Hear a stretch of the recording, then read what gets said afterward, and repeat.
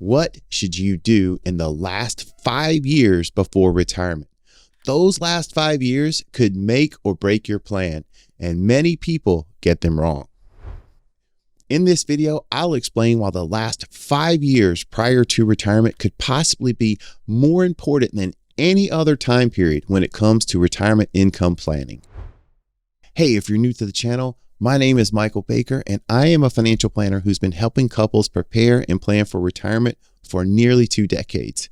Here are 5 things you should think about the 5 years before you retire. Number 1, it should come as no surprise that I am a firm believer that you should have a retirement income plan in place, or you should begin the process of creating a formal retirement income strategy.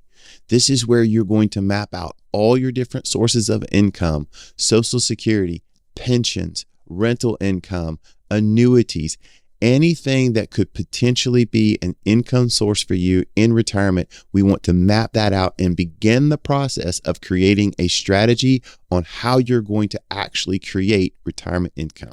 Part of this process is for us to identify if there is going to be a gap between your income and your lifestyle in retirement. This plan or strategy does not have to be rigid. In fact, I think it's very smart to build flexibility into your plan, because 5 years, while it doesn't seem like it's a long period of time, a lot can happen in a 5-year period. So we like the idea of flexibility, but more importantly, it's crucial that we start having an actual strategy in place. Step number 2 is healthcare coverage. Healthcare is a huge topic in retirement. One, because most people move on to Medicare, so it's going to be a shift at some point in your retirement from a traditional workplace retirement plan. But number 2, Medicare can be quite confusing. So you want to understand exactly what your plan is going to be for healthcare. More importantly, you want to understand exactly what coverages you are going to have, and if you are going to have any gaps in coverage. The last thing we want to have happen is to identify a gap in coverage when we're having a health emergency. For most people, Medicare coverage is going to start at age 65, but Medicare Part A and Part B don't cover everything, which is typically why you need to have a supplement. There's also Medicare Advantage. Many different types of options are available, so understand what your options are. I highly recommend working with someone who specializes in Medicare so that they can explain every option available to you in detail and answer all of your questions. In my opinion, cost is going to be an important factor, but it's not the most important factor. To me, the most important factor is making sure that you have the type of coverage that you need so that you don't have any significant gaps. As I said earlier, the last thing we want is to identify a gap in coverage when we're having a health emergency. That's the worst thing that can happen. So it's important to do your due diligence on the front end and understand what your pathway is going to look like for healthcare in retirement. Step number 3 is debt and lifestyle alignment. Many people are still bearing down on their retirement years with high interest rate consumer debt. Now, unlike some wealth gurus that are out there, I personally don't believe that all debt is bad debt. In many cases, I tell folks that debt is an issue to the same extent that cash flow is an issue. There are many people who have multiple real estate properties, who have notes on those properties, but their cash flow is completely sufficient. But if that's not you, then we need to talk, okay? So first, let's discuss high interest credit card debt. This is one of those things that you absolutely want to take care of as quickly as possible. For whatever the reason, it could have been a major unplanned expense that you needed to put on a credit card. It could have been some type of financing that you had to do and your only option was using a credit card. Maybe it was a big graduation party or a senior trip for your kids or a wedding. It doesn't matter. We do not want high interest credit card debt to follow us into retirement. So if you have credit cards, we want to begin getting those things paid off as soon as possible, or at least get a strategy in place for how we're going to attack that debt. Now, this might be controversial, but I gotta be honest and tell you how I feel. Lots of people move into their retirement years, or they're getting ready for their retirement years, and they are accelerating a mortgage payoff, meaning they have a fixed payment, but they're paying over and above their fixed payment because they're trying their hardest to get that mortgage debt paid off. Now, I completely understand the peace of mind of knowing that your home is paid off free and clear and that you own your home with no mortgage. I totally get that. However, sometimes the highest and best use of that excess cash flow isn't necessarily paying down your mortgage debt. There could be other things. We just talked about high interest credit card debt or some type of student loan or personal loan that you need before you retire. So that's one thing. But secondly, if you don't have an adequate cash war chest, or you've got, some thin emergency funds saved up, it might be a better idea, instead of paying down extra on the mortgage, to try to boost your cash or build your cash savings. I won't necessarily say that we should be investing excess dollars, because the last 5 years of retirement could be really a coin toss when it comes to market returns. But if we're low on cash, or we don't have adequate cash or emergency funds, this could be a better way to use some of that excess cash and build those savings. One of the things that a lot of people overlook is that if you are late in your amortization schedule, meaning you are on the last several years or the last few years of a 30-year note or a 15-year note, you've likely already paid most of the interest cost, and now you're mostly paying down principal. So those extra cash payments, while yes, they would get the principal paid down faster, they're not necessarily saving you the interest cost. So that's my opinion. If it's controversial, I'd love to hear your thoughts in the comments. Do you think it's wise to really accelerate a mortgage payoff if there's better opportunities to use that cash elsewhere? Or do you think it's just better to get the thing paid off so you have peace of mind? Let me know in the comments. I'd love to hear your thoughts. The second part of this step is lifestyle alignment. Many people don't really know exactly what their lifestyle in retirement is going to look like. Now, they may have a good idea. In fact, most of the folks that we talk with say, hey, the lifestyle that we have right now is the lifestyle we want to have in retirement. We want to protect and defend this lifestyle. So first, we have to understand exactly what we're spending so we know how much that lifestyle costs. But for many people, this is still somewhat of a gray area. So here is a great test that you can give yourself, and it's absolutely super easy for you to do. Sit down with pen and paper, you and your spouse, and map out what you think you spend every month. Then once you have that number, maybe 1 to 2 years prior to retirement, begin living on that number. That's one way you can find out if this is the real cost of your lifestyle. If you can meet that test, then in my view, you're ready. You have a good understanding of what your lifestyle costs. But this also gives you a relatively low pressure way to see if you need to make some adjustments. Maybe you overestimated the amount of money you need, or maybe you need to make those adjustments so that you have a little bit more income in retirement. I think it's best to do this while you're still working. Of course, if you remember what I said in step 1, we want to have some flexibility in our plan. So that's why flexibility matters, because you may retire and realize, hey, you know what? We actually need a little bit more money. Or you know what? Hey, actually, we are not spending what we thought we would spend. But here is the cardinal sin. What we don't want is to go into retirement and be afraid to spend money because we don't have a good plan or a plan that gives us the confidence to spend. So that's why we want to leverage these 5 years prior to retirement to create a good plan so that when you do retire, you don't feel bad about spending your money. Step number 4, taxes and Roth conversions. Taxes will likely be part of the retirement income equation for the rest of your life. Most people have deferred portions of their income into qualified retirement plans. And if you know about qualified retirement plans, when we put money into the plan, we actually get a tax deduction. But when we start making distributions or we start using those dollars, that's when we have to pay taxes. We pay taxes on the distribution. Well, In retirement, that means that taxes are going to be a factor, especially if you're using qualified retirement dollars as part of your income.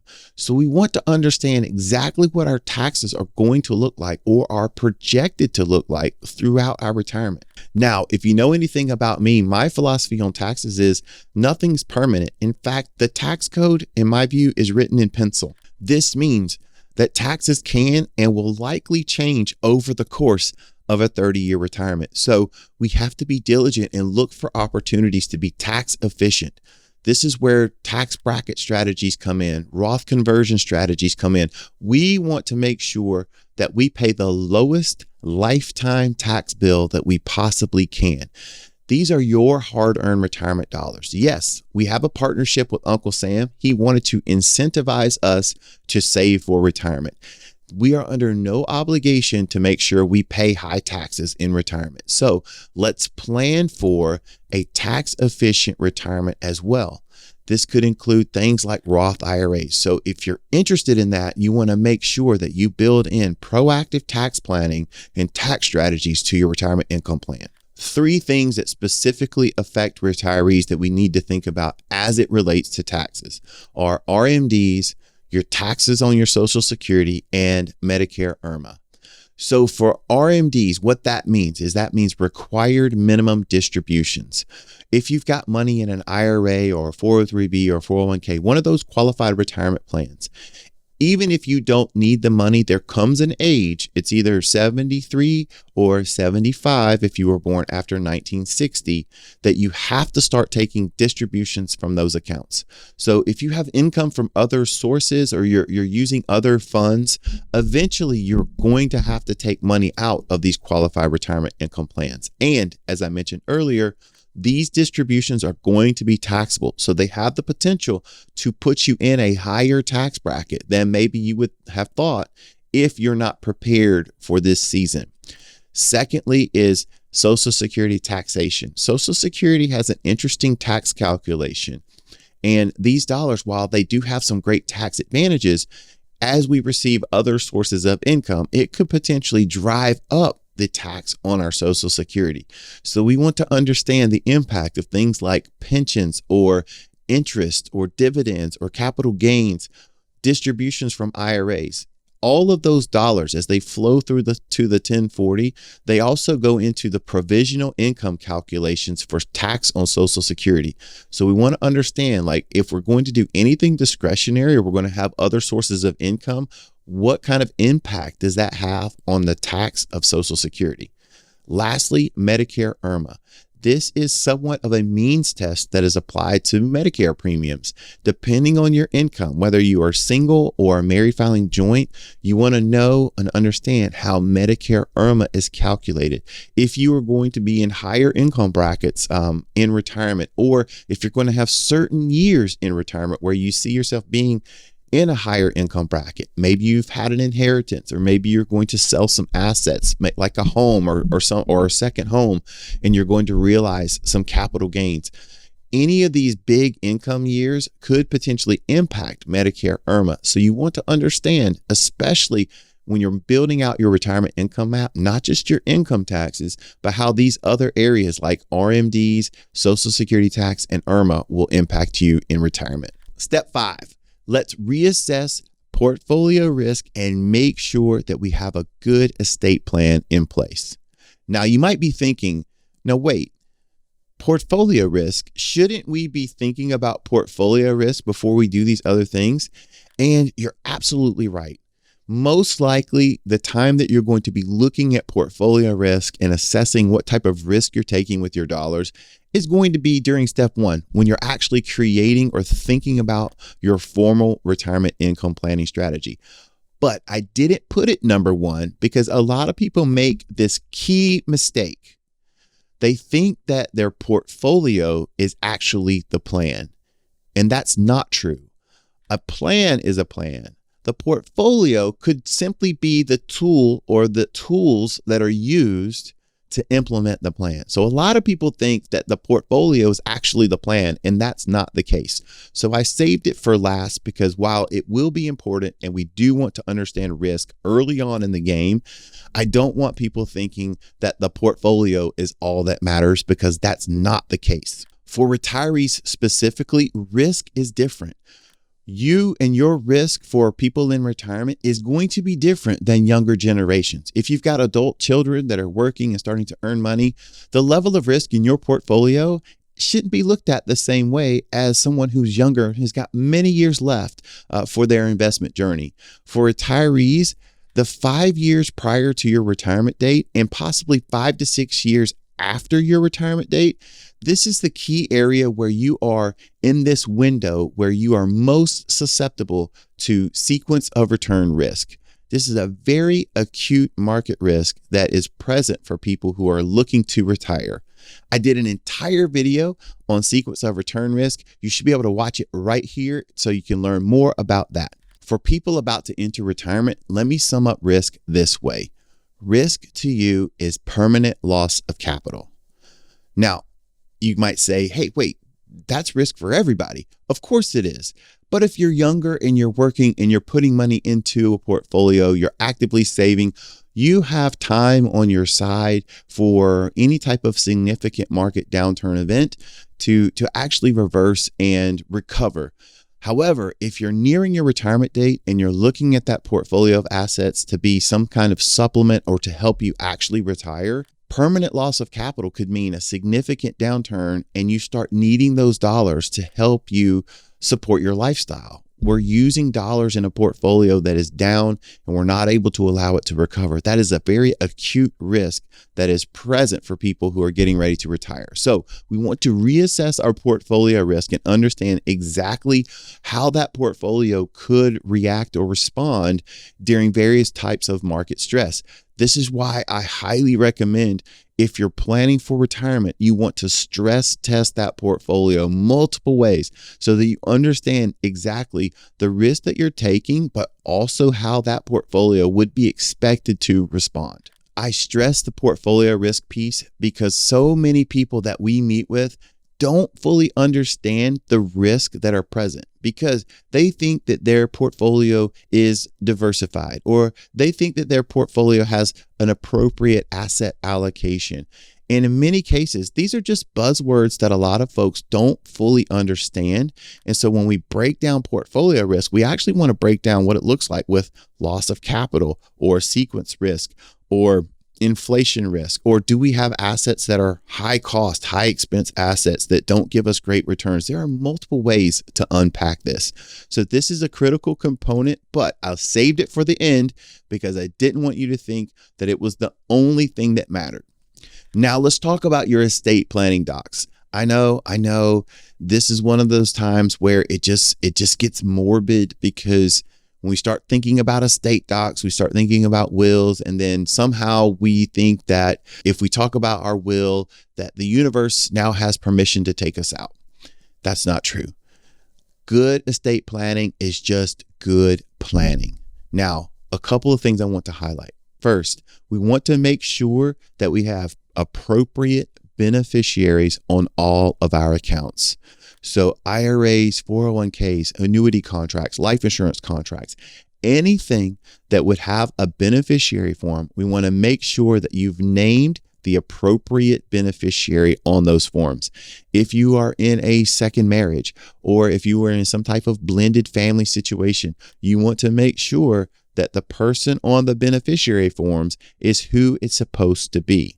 This may mean you got to go back and find old accounts, that are maybe decades old, but make sure that the beneficiary forms are updated and correct. Secondly, you want to make sure that you have updated and appropriate estate planning docs.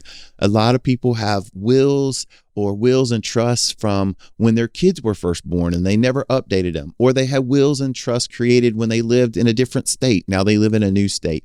These major life events like birth of a child, marriage, divorce, death of a family member, moving to a new state. These are all points where they should trigger an estate planning document review. We have a great team of people that help us with this, but we want to make sure you have updated estate docs. And if you don't have estate planning documents, we want to make sure you absolutely do have estate planning documents. Now, why is all of this important?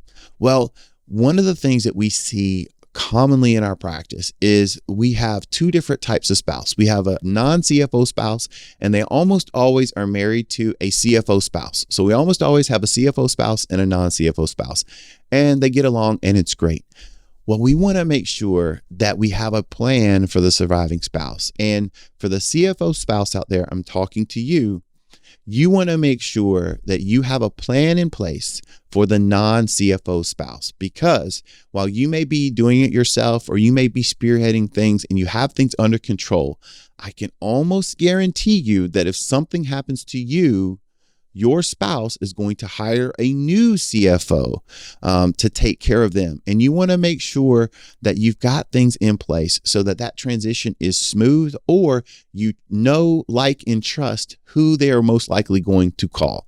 So this is why the estate planning component is critical, because it allows you to put things in place so that there's a surviving spouse, there's a very smooth transition for that surviving spouse, and for your heirs, there's also a smooth transition. The last thing we want is for all this hard work that you've done, you've lived a long time, you've enjoyed it, you've had a great lifestyle full of memories, and we're passing on assets and there's a giant mess because the appropriate estate planning wasn't done.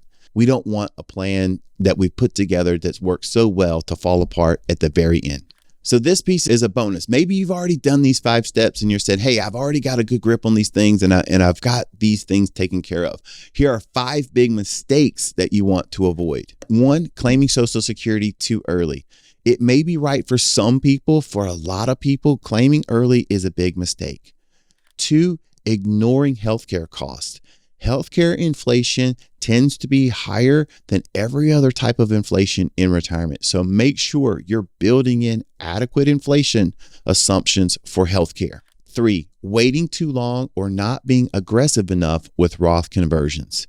You have a limited window of time to actually implement Roth conversions where you have the most flexibility. That's between ages 60 and your RMD age.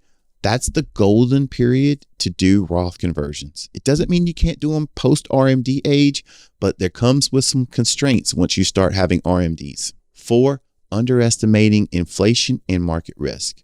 These 2 things will be with us throughout the duration of our retirement, so we don't want to take them lightly.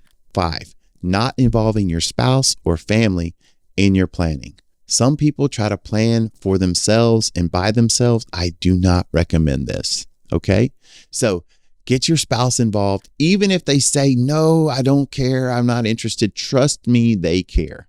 They just don't know how to tell you. So use these guidelines, but definitely if there's certain things that are specific to you, make sure you don't ignore those planning topics either.